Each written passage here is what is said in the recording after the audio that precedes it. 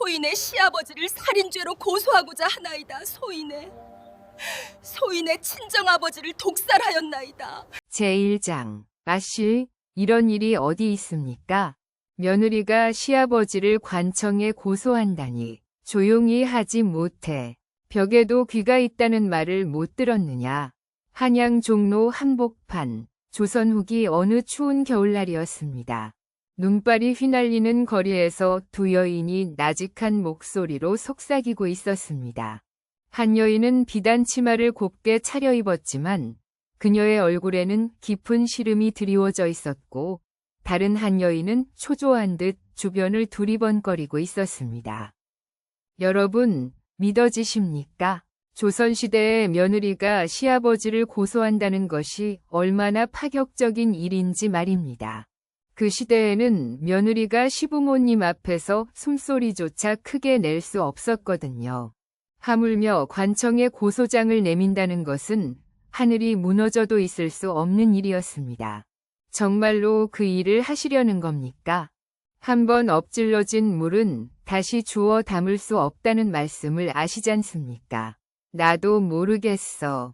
하지만 더 이상은 참을 수가 없어. 젊은 여인의 목소리가 떨리고 있었습니다. 그녀의 이름은 정씨 부인, 한양에서도 손꼽히는 양반가의 며느리였습니다.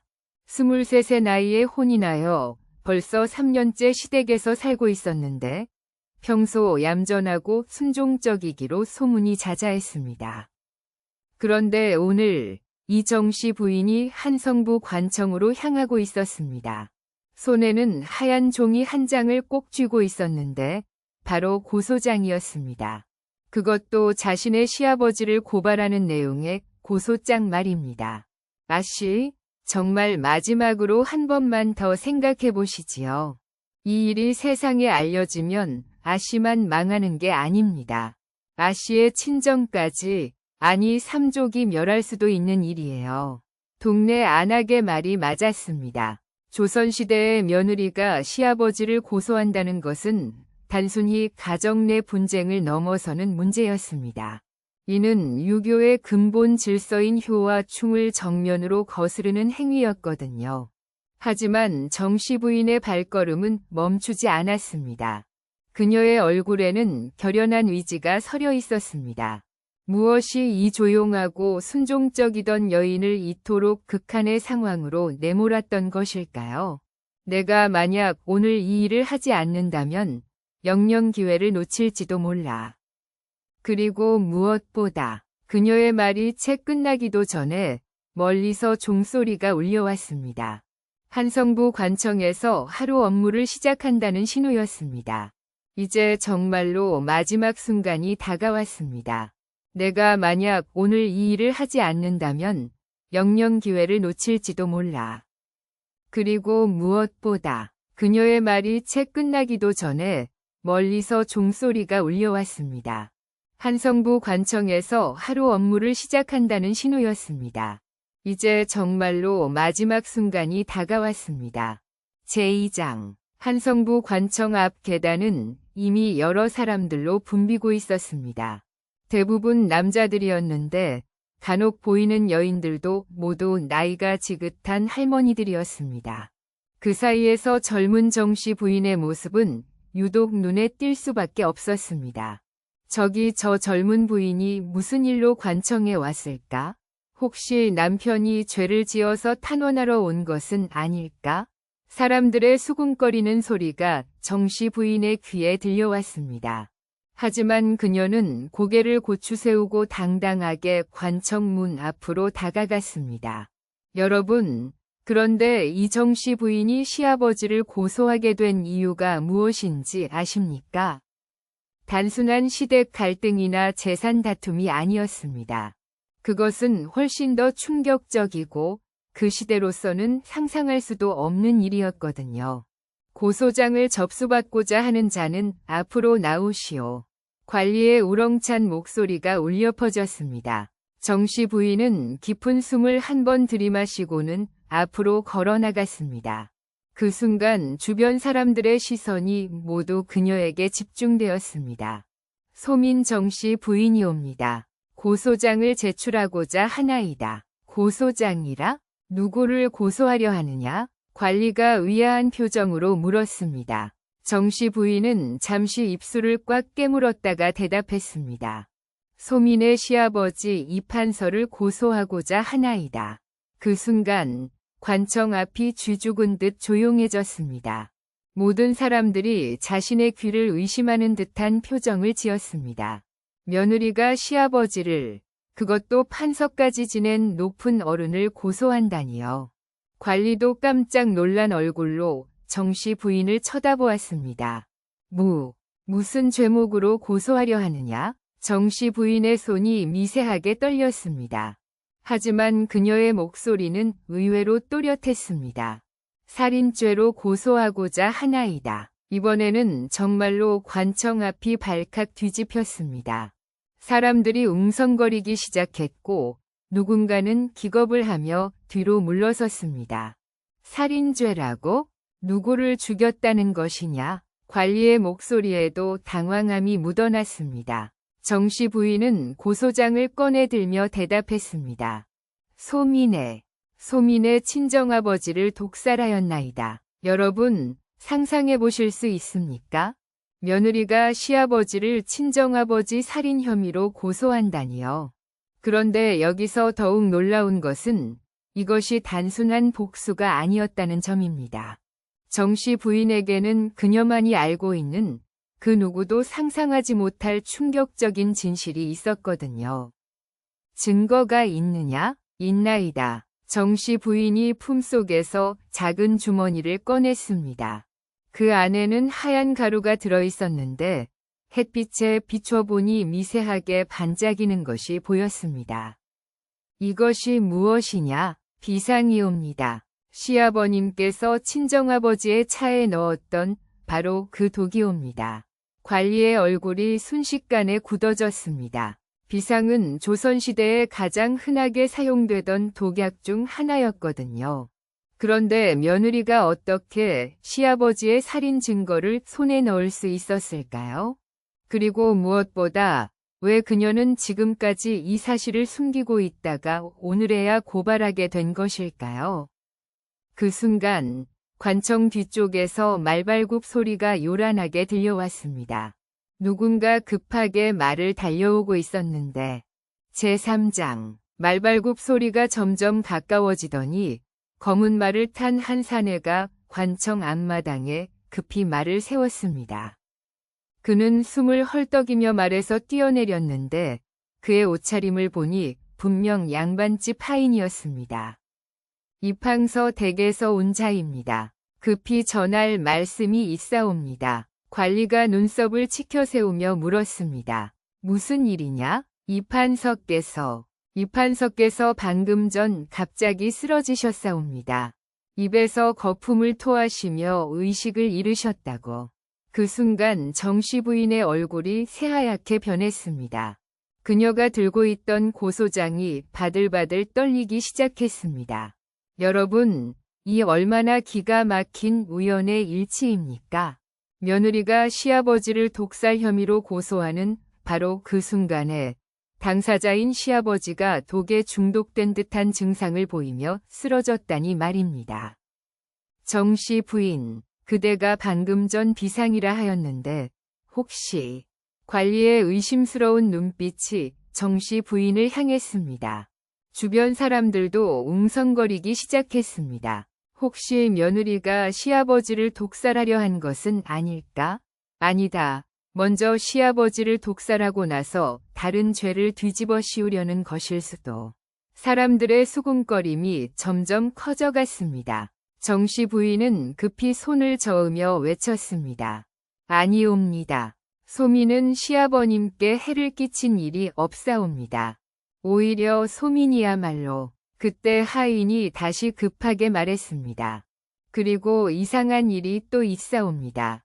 이판서께서 쓰러지시기 전에 계속 중얼거리셨는데 정씨 부인의 이름을 자꾸 부르셨다고 합니다. 마치 무언가 전하려는 듯이 관리의 표정이 더욱 심각해졌습니다. 즉시 이팡서 댁으로 가보아야겠다. 그리고 정씨 부인, 그대도 함께 가야 할 것 같구나. 소민이 왜 함께 가야 하나이까? 지금 상황으로서는 그대에게도 혐의가 있다고 볼 수밖에 없다. 시아버지를 고소하러 온 며느리가 있고 그 시아버지가 갑자기 독에 중독되었으니 말이다. 정씨 부인의 얼굴에 절망의 빛이 스쳤습니다. 그녀가 이토록 용기를 내어 진실을 밝히려 했건만 오히려 자신이 살인자로 몰릴 상황이 되어버린 것입니다. 관리님, 소민에게는 시아버님을 해칠 이유가 없사옵니다. 오히려 무엇이냐? 정씨 부인이 입술을 꽉 깨물었습니다. 그녀에게는 아직 말하지 못한 더 큰 비밀이 있었던 것일까요? 소민의 뱃속에 시아버님의 손자가 들어있사옵니다. 이번에는 정말로 관청 앞이 술렁이었습니다. 임신한 며느리가 시아버지를 독살했다는 의심을 받고 있는 상황이라니. 관리도 잠시 말문이 막혔습니다. 조선시대에 임신한 여인을 함부로 다룰 수는 없는 일이었거든요. 그렇다면 더더욱 신중해야겠구나. 일단 이 판서의 상태를 확인한 후에 다시 이야기하도록 하자. 제4장. 이 판서의 저택은 한양에서도 손꼽히는 대저택이었습니다. 넓은 사랑채와 안채가 미음차 형태로 배치되어 있었고 겨울 햇살을 받은 기와지붕이 은은하게 빛나고 있었습니다. 하지만 오늘만큼은 그 고요한 저택이 온통 소란으로 가득했습니다. 어서 이리로 오시오. 대문을 지키던 문지기가 관리와 정씨 부인 일행을 급히 안채로 안내했습니다. 마당 곳곳에서 하인들이 바쁘게 오가고 있었고 안채에서는 여인들의 울음소리가 새어나오고 있었습니다. 의원은 왔느냐? 예. 한양에서 가장 영망 높은 김 의원이 와서 지금 진맥을 보고 계십니다. 사랑채 문이 열리면서 수염이 하얀 노인이 걸어 나왔습니다. 바로 김 의원이었습니다.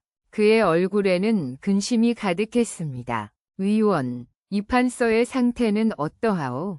김 의원이 고개를 저으며 한숨을 내쉬었습니다. 참으로 이상한 일입니다. 분명 독에 중독된 증상이 맞는데 일반적인 비상 중독과는 조금 다른 양상을 보이고 있습니다. 어떻게 다르다는 것이요? 보통 비상에 중독되면 즉시 격렬한 복통과 구토 증상이 나타나는데 이 판서께서는 오히려 의식을 잃기 전에 계속 무언가를 중얼거리셨다고 합니다. 마치 무엇인가를 고백하려는 듯이 정씨 부인이 앞으로 한 걸음 나섰습니다. 위원님, 시아버님께서 정확히 무슨 말씀을 하셨는지 아십니까? 글쎄요. 하인들 말로는 계속 미안하다고 하셨다고 합니다. 그리고 정씨 부인의 이름을 부르면서 진실을 말해야 한다고 하셨다네요. 여러분, 이 얼마나 놀라운 반전입니까? 시아버지가 며느리를 원망하는 것이 아니라 오히려 그녀에게 사과하고 있었다니 말입니다. 관리가 정씨 부인을 바라보며 물었습니다. 정씨 부인, 그대 시아버지께서 무슨 일로 그대에게 사과할 일이 있다는 것이냐? 정씨 부인의 눈에 눈물이 글썽였습니다. 소민이 오늘 고소장에서 말한 것이 바로 그것이옵니다. 시아버님께서는 소민의 친정아버지를 독살하셨을 뿐 아니라 그 죄를 소민의 남편에게 뒤집어 씌우려 하셨사옵니다. 무엇이라고? 관리의 목소리가 높아졌습니다. 김 의원도 깜짝 놀란 표정이었습니다. 소민의 친정아버지는 원래 시아버님과 함께 중요한 관직을 맡고 계셨습니다. 그런데 어떤 큰 비리 사건에 연루되셨는데 친정아버지께서 그 진실을 밝히려 하자 정씨 부인의 목소리가 떨렸습니다. 시아버님께서 비밀을 지키기 위해 친정아버지를 독살하셨고 그 증거들을 소민의 남편 방에 숨겨두셨습니다. 소민의 남편이 살인자로 몰려 죽으면 모든 비밀이 함께 묻힐 거라고 생각하셨던 것입니다. 그런데 어떻게 그런 사실을 알게 되었느냐? 소민이 우연히 시아버님의 서재에서 친정아버지의 편지를 발견했기 때문입니다. 친정아버지께서 죽기 전날 밤에 쓰신 편지였는데 그 안에 모든 진실이 적혀 있었습니다. 그때 갑자기 사랑채에서 거친 기침 소리가 들려왔습니다. 이판서가 깨어난 것 같았습니다. 어디? 정씨는 어디 있느냐? 모든 사람들이 사랑채 쪽으로 시선을 돌렸습니다. 이제 진짜 진실이 밝혀질 순간이 다가온 것일까요? 하지만 바로 그 순간 대문 밖에서 말발굽 소리가 요란하게 들려왔습니다. 그리고 곧이어 무서운 목소리가 울려 퍼졌습니다. 왕명이다. 이 집을 수색하라. 정씨 부인의 얼굴이 핏기를 잃었습니다. 관리도 당황한 기색을 감추지 못했습니다. 대문이 거칠게 열리더니 검은 관복을 입은 포졸들이 우르르 몰려들어왔습니다. 그 선두에는 한성부 판윤이 직접 나서 있었습니다. 이팡서 독살 사건의 진범을 체포하라. 그리고 이 집에 숨겨진 영모의 증거를 모두 찾아내어라. 여러분, 이제야 사건의 진짜 규모가 드러나기 시작했습니다. 단순한 가정 내 갈등이 아니라 나라를 뒤흔들 수 있는 거대한 영모 사건이었던 것입니다. 그런데 포졸들의 칼끝이 향한 곳은 과연 어디였을까요? 제5장. 포졸들의 칼끝이 향한 곳은 다름 아닌 정씨 부인이었습니다. 한성부 판윤이 거친 목소리로 명령을 내렸습니다. 정씨 부인을 즉시 체포하라. 시아버지 독살 혐의와 영모 혐의로. 잠깐 기다리시오. 아직 사건의 진상이 밝혀지지 않았는데 어찌 성급하게. 먼저 왔던 관리가 당황하며 말렸지만 판윤은 단호했습니다. 이미 궁에서 모든 것을 파악하고 계신다. 이 여인이 친정아버지의 복수를 위해 시아버지를 독살했고 그 과정에서 나라를 뒤흔들 만한 기밀 문서들을 훔쳐냈다는 것을. 정씨 부인이 급히 손을 저으며 외쳤습니다. 아니옵니다. 소민은 시아버님을 독살하지 않았사옵니다. 오히려 시아버님께서 소민의 친정아버지를. 입을 다물어라. 내 입에서 나오는 말은 모두 거짓이다. 그 순간 사랑채에서 가느다란 목소리가 들려왔습니다. 아니야. 정씨 말이 맞다. 모든 사람들이 사랑채 쪽으로 고개를 돌렸습니다. 이판서가 비틀거리며 문 앞에 나타난 것입니다. 그의 얼굴은 창백했지만 눈만은 또렷했습니다. 아버님, 정씨 부인이 달려가려 했지만 포졸들이 그녀를 막았습니다. 이판서가 떨리는 목소리로 말했습니다. 내가 모든 것을 말하겠다. 정씨는 무죄다. 판윤의 얼굴이 굳어졌습니다. 이팡서, 지금 무슨 소리를 하시는 것입니까? 이미 증거는 충분합니다. 이 여인이 당신을 독살하려 했고 내가 독을 먹은 것은 스스로였다. 이판서의 외침에 모든 사람들이 숨을 멈췄습니다. 내가 견딜 수 없었다. 양심의 가책을. 정씨의 친정아버지를 죽인 것도 그 죄를 내 아들에게 뒤집어 씌우려 한 것도 모두 내가 한 일이다. 여러분, 이 얼마나 충격적인 고백입니까? 시아버지가 스스로 독을 먹고 자결을 시도했다니 말입니다. 하지만 판윤은 여전히 의심스러운 눈빛을 보내고 있었습니다. 그렇다면 왜 하필 오늘 며느리가 당신을 고발하려던 바로 그날 그런 일이 일어났단 말입니까? 이판서가 힘겹게 대답했습니다. 어젯밤 정씨가 나를 찾아왔다. 그리고 내가 숨겨둔 친정아버지의 마지막 편지를 내게 보여주었다. 그 편지에는 이판서의 목소리가 떨렸습니다. 그 편지에는 정씨 친정아버지가 죽기 전에 쓴 유서가 적혀 있었다. 자신이 죽으면 반드시 진실이 밝혀질 것이라고, 그리고 무고한 사위가 대신 죽는 일은 없을 것이라고. 정씨 부인이 눈물을 흘리며 말했습니다. 친정아버지께서는 이미 모든 것을 아셨던 것입니다. 시아버님의 계획도 남편이 위험에 빠질 것도. 그래서 미리 모든 증거를 정리해 두셨던 것입니다. 그래서 나는 더 이상 버틸 수가 없었다. 정 씨가 오늘 나를 고발하기 전에 내 스스로 이 세상을 떠나려 했던 것이다. 관리가 고개를 끄덕이며 말했습니다. 그렇다면 모든 것이 명확해졌습니다. 정 씨 부인은 무죄이고 진짜 범인은 아직 끝나지 않았다. 판윤이 갑자기 큰 소리를 쳤습니다. 이판서의 죄는 단순한 살인이 아니다. 그가 감추려 했던 그 비리 사건, 그것이야말로 진짜 문제다. 이판서의 얼굴이 더욱 창백해졌습니다. 그것만은 무엇을 그리 감추려 하십니까? 혹시 그 비리 사건에 더 큰 인물들이 연루되어 있는 것은 아닙니까? 판윤의 날카로운 추궁에 이판서가 입을 다물었습니다. 하지만 그의 떨리는 눈동자는 무언가 거대한 비밀이 숨겨져 있음을 보여주고 있었습니다. 제6장 정 씨 부인이 앞으로 나섰습니다. 소민이 그 비밀에 대해서도 알고 있사옵니다. 모든 사람의 시선이 그녀에게 집중되었습니다. 판윤조차 놀란 표정을 감추지 못했습니다.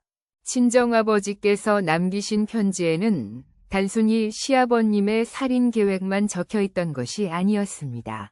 그보다 훨씬 더 큰 비밀이. 정씨야, 그만둬라. 이판서가 급하게 말렸지만 정씨 부인은 멈추지 않았습니다. 대동법 개편과 관련된 거대한 부정부패 사건이었습니다. 전국의 세금을 거둬들이는 과정에서 몇몇 고위 관리들이 손을 잡고 백성들의 세금을 빼돌렸던 것입니다. 여러분, 이제야 사건의 진짜 실체가 드러나기 시작했습니다. 단순한 개인적인 복수가 아니라 나라의 근간을 뒤흔들 수 있는 거대한 부정부패 사건이었던 것입니다. 판윤의 얼굴이 점점 굳어져 갔습니다. 그 고위 관리들이 누구인지 말해보시오. 그것은 정씨 부인이 잠시 망설였습니다. 이판서가 간절한 눈빛으로 그녀를 바라보고 있었습니다. 현재 조정의 핵심 인물들이 연루되어 있습니다. 좌위정, 우위정, 그리고 왕실과 가까운 몇몇 종친들까지. 그 순간 관청 앞이 다시 한번 술렁였습니다. 왕실 종친까지 연루된 부정부패라니. 이는 단순한 사건이 아니라 나라를 뒤흔들 수 있는 대형무 사건이 될 수 있었습니다. 판윤이 냉정한 목소리로 말했습니다. 그 증거들은 어디에 있어? 정씨 부인이 시아버지를 바라보았습니다. 이판서가 고개를 떨구며 말했습니다. 내 서재 비밀 서랍에 모든 장부와 문서들이 숨겨져 있다. 즉시 그곳을 수색하라. 포졸들이 서재로 달려갔습니다. 곧이어 두꺼운 장부들과 공문서들을 잔뜩 들고 나왔습니다. 판윤이 그중 하나를 펼쳐보더니 얼굴이 창백해졌습니다. 이것은 정말로. 그가 보고 있는 것은 고위 관리들의 친필 사인이 담긴 비밀 협정서였습니다.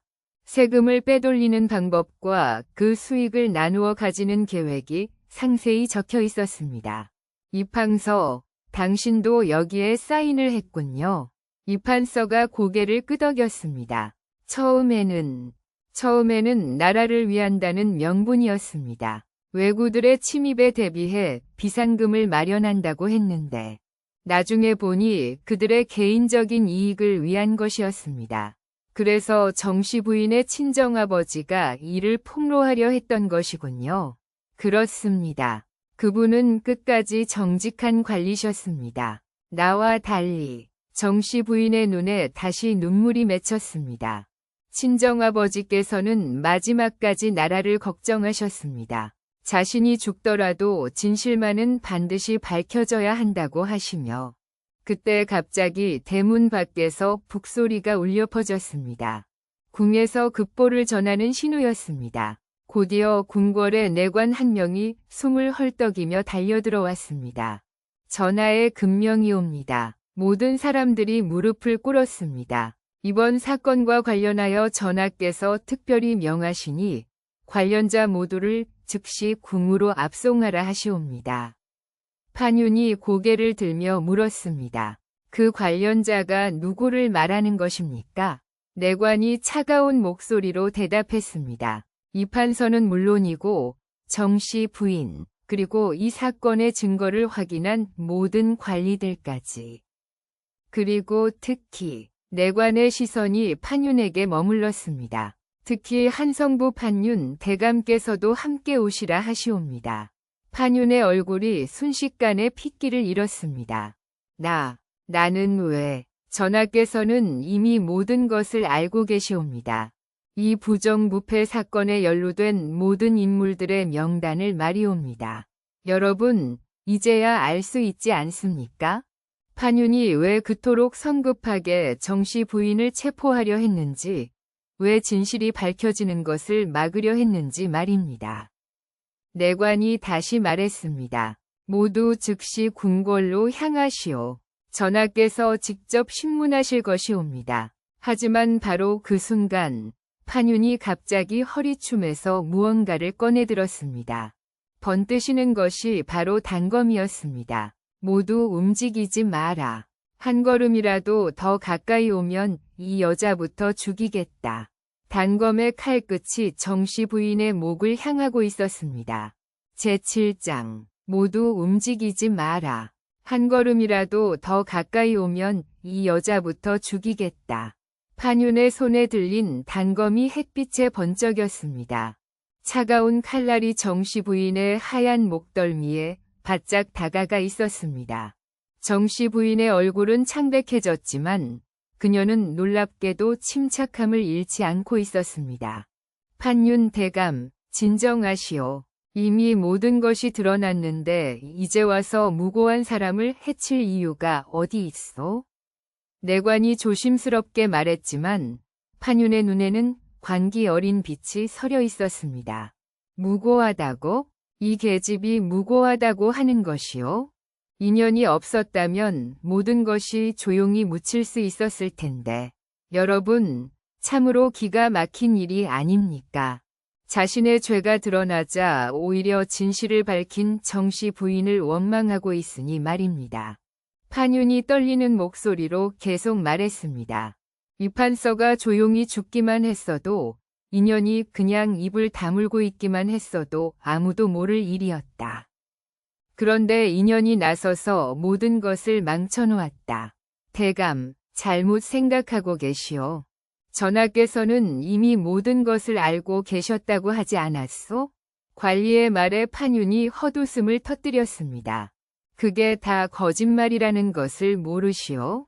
궁에서는 아직 아무것도 모르고 있었다. 이 계집이 고소장을 내고 증거들이 발견되고 나서야 비로소 알게 된 것이오. 정씨 부인이 가느다란 목소리로 말했습니다. 그럼 대감께서는 처음부터 모든 것을 알고 계셨던 것입니까? 당연하지. 나도 그 더러운 거래의 한 축이었거든. 좌위정, 우위정과 함께 세금을 빼돌리는 일에 깊숙이 관여했다. 이 판서가 힘겹게 고개를 들며 말했습니다. 그래서 그대가 그토록 성급하게 정씨를 범인으로 만들려 했던 것이구나. 그렇다. 인연이 시아버지를 독살한 악독한 며느리로만 알려졌다면 누가 인연의 말을 믿었겠소? 누가 인연이 가져온 증거를 진짜라고 생각했겠소? 판윤의 계획이 얼마나 치밀했는지 이제야 알 수 있었습니다.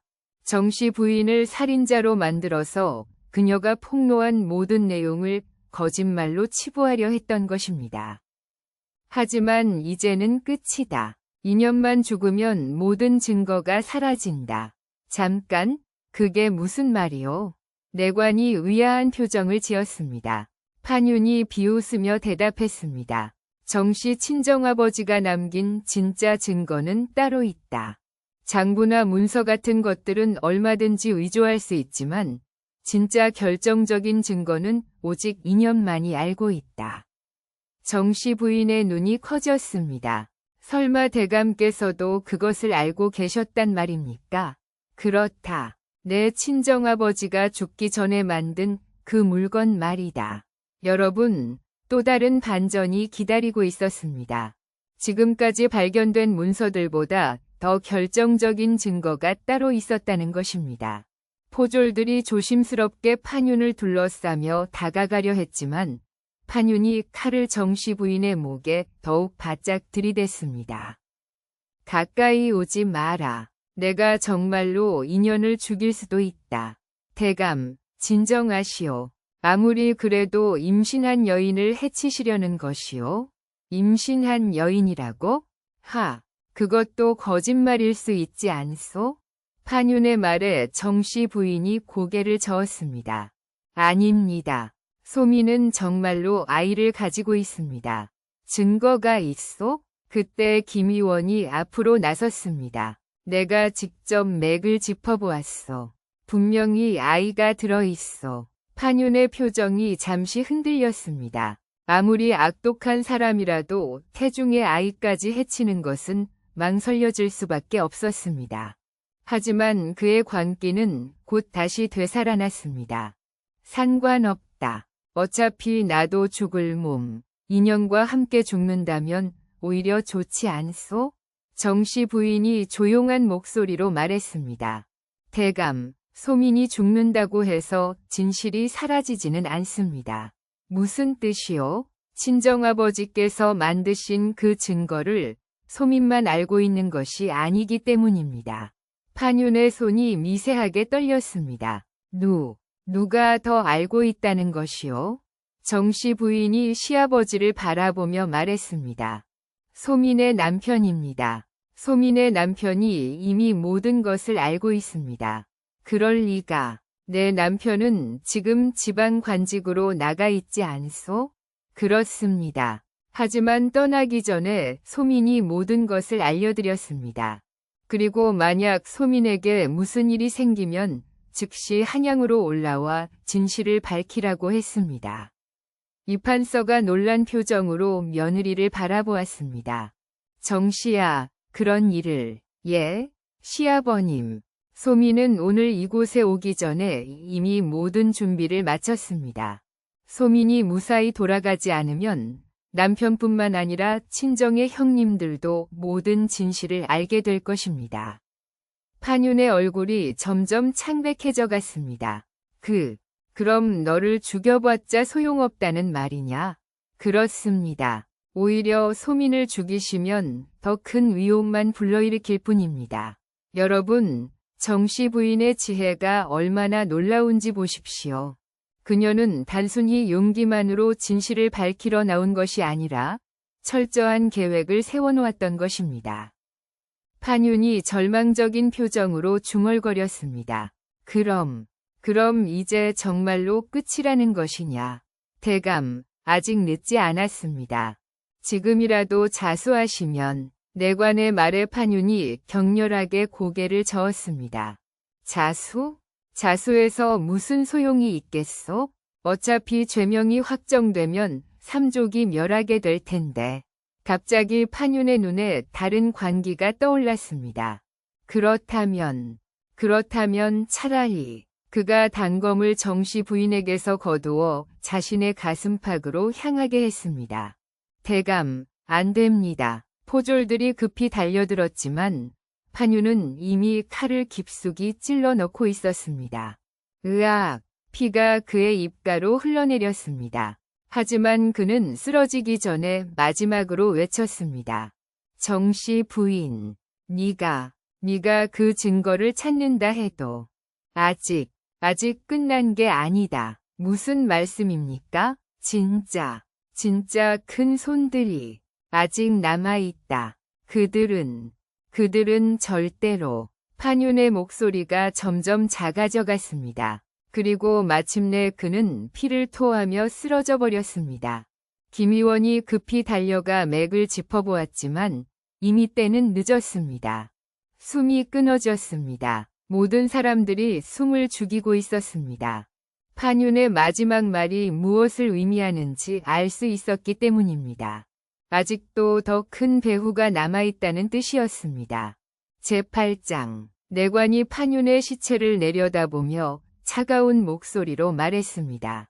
이제야 한 명이 꼬리가 잘렸군요. 하지만 뱀의 머리는 아직 살아있습니다. 정씨 부인이 떨리는 목소리로 물었습니다. 그게 무슨 뜻입니까? 전하께서 이미 파악하고 계신 것보다 이 사건의 규모가 훨씬 큽니다. 판윤이 마지막에 말한 것처럼 진짜 큰 손들이 아직 움직이지 않았거든요. 이판서가 힘겹게 일어나며 말했습니다. 내관님, 혹시 그 큰 손이라는 것이 좌위정과 우위정은 이미 예상하고 계셨을 것입니다. 하지만 그보다 더 높은 분들이 계십니다. 내관의 말에 모든 사람들의 얼굴이 굳어졌습니다. 좌위정, 우위정보다 더 높은 지위라면 왕실 종친이거나 아니면 설마 대왕대비마마께서도 관리의 말에 내관이 고개를 저었습니다. 그것까지는 말씀드릴 수 없습니다. 다만 전하께서 이 사건을 매우 신중하게 처리하고 계신다는 것만 말씀드릴 수 있습니다. 정씨 부인이 품속에서 작은 보자기를 꺼냈습니다. 그렇다면 이것이 도움이 될까요? 그것이 무엇입니까? 친정아버지께서 마지막에 만드신 진짜 증거입니다. 판윤 대감이 그토록 찾으려 했던 것이 바로 이것입니다. 보자기를 풀자 작은 옥도장 하나가 나타났습니다.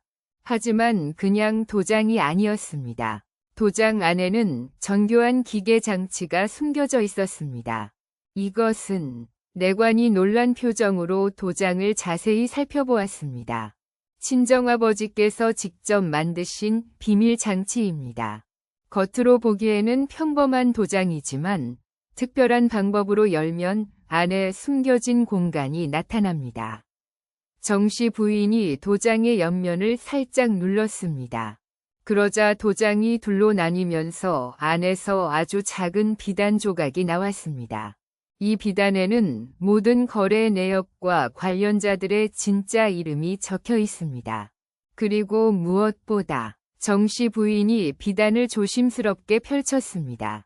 각자의 혈서로 맹세한 내용이 기록되어 있습니다. 내관이 비단을 받아들고 자세히 살펴보더니 얼굴이 창백해졌습니다. 이것은 정말로 어떤 내용이 적혀 있습니까? 이판서가 조심스럽게 물었지만 내관은 대답하지 않았습니다. 다만 그의 떨리는 손이 비단 위의 글씨들을 따라가고 있을 뿐이었습니다. 즉시 궁궐로 돌아가야겠습니다. 이 증거는 전하께서 직접 확인하셔야 할 것 같습니다. 내관이 비단을 다시 도장 안에 넣으며 말했습니다. 정씨 부인, 당신은 정말로 큰 일을 해냈습니다. 하지만 무엇입니까? 이제부터가 진짜 위험할지도 모릅니다. 이 증거로 인해 조정이 뒤흔들릴 것이고 그 과정에서 당신에게 해를 가하려는 사람들이 나타날 수 있습니다. 정씨 부인이 자신의 배를 쓰다듬으며 말했습니다. 그래도 해야 할 일이었습니다. 친정아버지의 억울함을 풀어드리고 무고한 남편을 구하는 것이 소민의 의무였으니까요. 여러분, 정말로 대단한 며느리가 아닙니까? 자신의 목숨을 걸고도 정의를 실현하려 하는 이 용기 있는 여인의 모습 말입니다. 하지만 바로 그때 대문 밖에서 이상한 소리가 들려왔습니다. 말발굽 소리가 아니라 마치 많은 사람들이 조용히 움직이는 소리 같았습니다. 내관이 긴장한 표정으로 귀를 기울였습니다. 뭔가 이상합니다. 궁에서 온 사람들이라면 이렇게 조용히 움직일 이유가 없는데. 포졸들도 불안한 기색을 보이며 무기에 손을 올렸습니다. 갑자기 대문이 조용히 열리더니 검은 옷을 입은 사람들이 하나둘씩 나타나기 시작했습니다. 그들의 얼굴은 모두 검은 천으로 가려져 있었고 손에는 날카로운 칼을 들고 있었습니다. 누구냐? 포졸이 외쳤지만 검은 옷의 사람들은 대답하지 않았습니다. 다만 조용히 그러나 확실하게 이판서의 저택을 포위하고 있을 뿐이었습니다. 내관이 급히 정씨 부인 쪽으로 다가가며 말했습니다. 정씨 부인, 그 도장을 내게 주시오. 지금 당장. 하지만 지금은 설명할 시간이 없습니다. 저들이 누구인지 모르겠지만 분명히 그 증거를 노리고 온 것입니다. 정씨 부인이 도장을 내관에게 건네주려는 순간 검은 옷의 한 사람이 빠른 속도로 달려들었습니다. 조심하시오. 이판서가 몸을 던져 정씨 부인을 막아섰지만 검은 옷의 사람이 휘두른 칼이 그의 어깨를 스쳤습니다. 아버님, 정씨 부인이 비명을 질렀습니다. 포졸들이 달려들어 검은 옷의 사람들과 칼을 맞댔지만 적의 숫자가 너무 많았습니다. 내관이 급히 외쳤습니다. 정씨 부인, 뒷문으로 도망치시오. 그 증거만은 반드시 지켜내야 합니다. 하지만 뒷문 쪽에서도 검은 옷의 사람들이 나타났습니다. 이제 정말로 사면초가였습니다. 검은 옷의 사람들 중 우두머리로 보이는 자가 앞으로 나서며 낮고 차가운 목소리로 말했습니다. 옥도장을 내놓으면 모두 살려주겠다. 거부하면. 그의 말이 채 끝나기도 전에 갑자기 하늘에서 무언가가 번개처럼 떨어져 내렸습니다. 그것은 바로 화살이었는데 검은 옷의 우두머리 발 앞에 정확히 꽂혔습니다. 모든 사람들이 위를 올려다보았습니다. 이팡서 저택의 높은 담장 위에 또 다른 검은 그림자가 서 있었습니다. 하지만 이번에는 얼굴을 가리지 않았기 때문에 그가 누구인지 알 수 있었습니다. 정씨 부인의 남편이다. 정씨 부인이 깜짝 놀라며 위를 바라보았습니다. 정말로 그녀의 남편이 담장 위에 서서 활을 겨누고 있었습니다. 당신, 어떻게 여기에? 부인이 위험에 빠졌다는 소식을 듣고 급히 달려왔소. 하지만 담장 위의 남편도 혼자였습니다. 아무리 활을 잘 쏜다고 해도 이 많은 적들을 상대하기에는 역부족이었습니다. 검은 옷의 우두머리가 냉소를 지으며 말했습니다. 한 명이 더 늘어났다고 해서 뭐가 달라지겠는가? 어차피 결과는 같다. 그때 정씨 부인이 갑자기 옥도장을 높이 들어 올렸습니다. 잠깐. 여러분이 원하는 것이 이것이라면 제가 직접 부숴버리겠습니다. 모든 사람들이 숨을 멈췄습니다. 정씨 부인의 손에 들린 도장이 바닥에 단단한 돌 위로 향하고 있었습니다. 그 증거가 사라지면 아무도 진실을 알 수 없게 됩니다. 그것이 여러분이 원하는 것 아닙니까? 검은 옷의 우두머리가 급하게 손을 내저었습니다. 잠깐, 성급하게 행동하지 마라. 그렇다면 모두 물러나세요. 그리고 이곳에 있는 사람들을 해치지 마세요. 긴장감이 극도로 높아진 그 순간 갑자기 저택 밖에서 큰 북소리가 울려 퍼졌습니다. 그리고 곧이어 우렁찬 목소리가 들려왔습니다. 왕명이다. 역적들을 모두 체포하라. 이번에는 정말로 궁의 금군들이 나타났습니다. 검은 옷의 사람들이 당황하며 서로를 바라보았습니다. 하지만 바로 그 순간 검은 옷의 우두머리가 마지막 수단을 썼습니다. 그가 품에서 꺼낸 것은 작은 화통이었습니다. 모두 함께 죽자. 화통에서 연기가 피어오르기 시작했습니다. 폭약이었습니다. 제9장. 모두 함께 죽자. 화통에서 연기가 피어오르는 바로 그 순간 정씨 부인이 재빠르게 손을 뻗어 화통을 낚아챘습니다. 그리고 주저하지 않고 그것을 연못 쪽으로 던져버렸습니다. 물속으로. 우두둑. 화통이 연못에 빠지자마자 작은 폭발음과 함께 물기둥이 솟아올랐습니다. 하지만 물 덕분에 큰 피해는 없었습니다. 검은 옷의 우두머리가 경악하며 외쳤습니다. 이런 계집이. 하지만 이미 때는 늦었습니다. 금군들이 저택을 완전히 포위했고 검은 옷의 자객들은 더 이상 도망갈 곳이 없었습니다.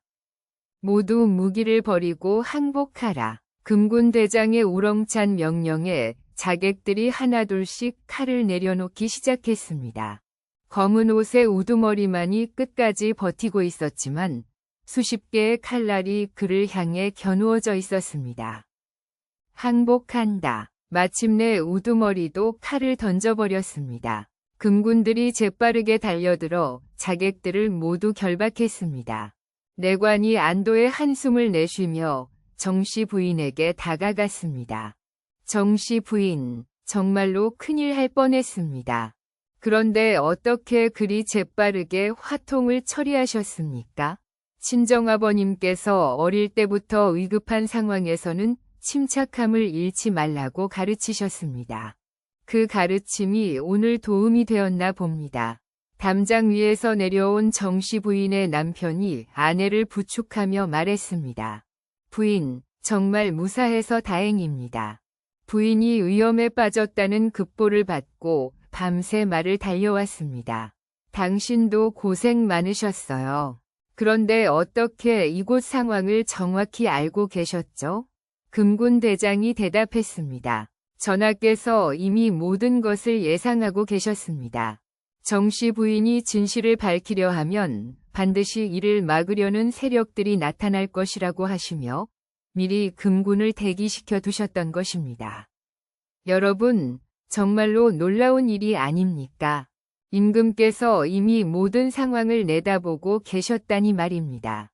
이판서가 상처 입은 어깨를 붙들고 일어나며 말했습니다.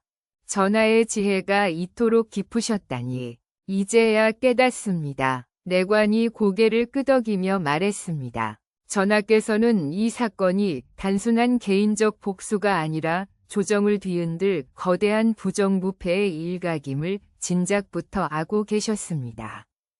그래서 정씨 부인이 용기 있게 나선다면 반드시 보호해 주어야 한다고 하셨던 것입니다. 김 의원이 이 판서의 상처를 살펴보며 말했습니다. 다행히 깊지 않은 상처입니다. 며칠 약을 바르면 나을 것입니다. 고맙소, 의원. 그런데 이제 이 사건은 어떻게 처리될 것인가? 내관이 엄숙한 표정으로 대답했습니다. 전하의 뜻에 따라 관련된 모든 관리들이 조사를 받을 것입니다. 좌위정, 우위정은 물론이고 이 부정부패에 연루된 모든 인물들이 법의 심판을 받게 될 것입니다. 정씨 부인이 조심스럽게 물었습니다. 그렇다면 시아버님께서는 어떻게 되시는 겁니까? 이판서께서는 비록 죄를 지으셨지만 진실을 고백하고 며느리를 보호하려 하신 점을 고려하여 관대한 처벌을 받으실 것입니다.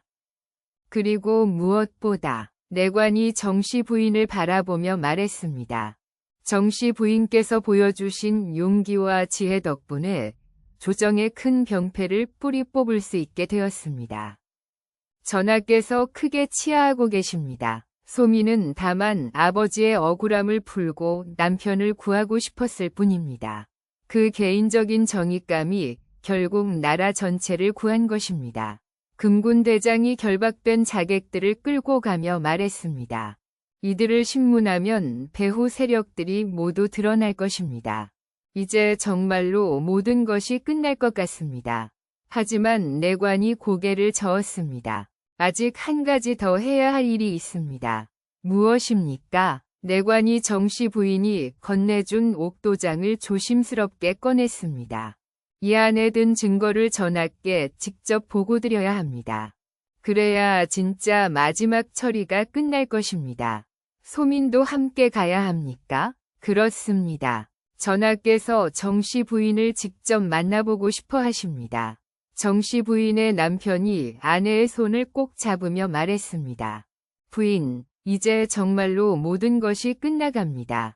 고생이 많으셨습니다. 아니에요. 이제 시작인 것 같아요.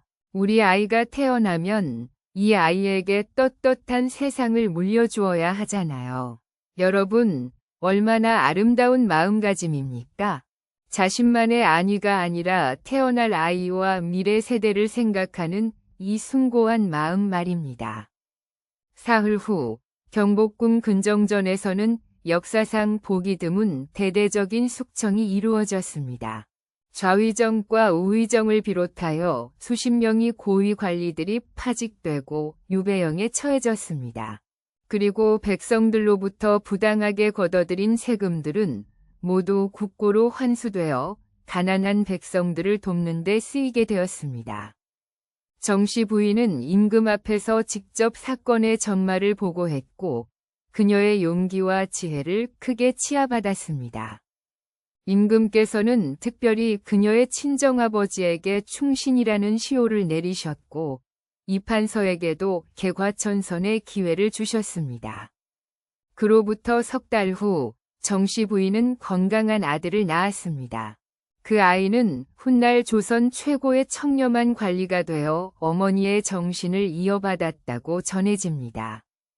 여러분, 이 놀라운 이야기가 우리에게 주는 교훈이 무엇인지 아시겠습니까? 한 사람의 작은 용기가 온 나라를 바꿀 수 있다는 것입니다. 정씨 부인은 단지 26살이 평범한 며느리에 불과했습니다. 하지만 그녀는 옳다고 생각하는 일 앞에서 주저하지 않았습니다. 시댁의 어른을 고소한다는 것이 얼마나 큰 용기를 필요로 하는 일인지, 특히 그 엄격한 조선시대의 말입니다. 하지만 그 용기 있는 한 걸음이 결국 부패한 권력자들을 무너뜨렸고 억울한 죽음을 당한 아버지의 명예를 되찾았으며 무고한 남편을 구해냈습니다. 그리고 무엇보다 조선 백성들이 좀 더 공정한 세상에서 살 수 있게 만들었습니다. 오늘을 사는 우리들도 마찬가지입니다. 불의 앞에서 침묵하지 않는 용기, 진실을 말하는 용기, 옳은 일을 끝까지 해내는 용기가 바로 세상을 바꾸는 힘인 것입니다. 정씨 부인처럼 말입니다.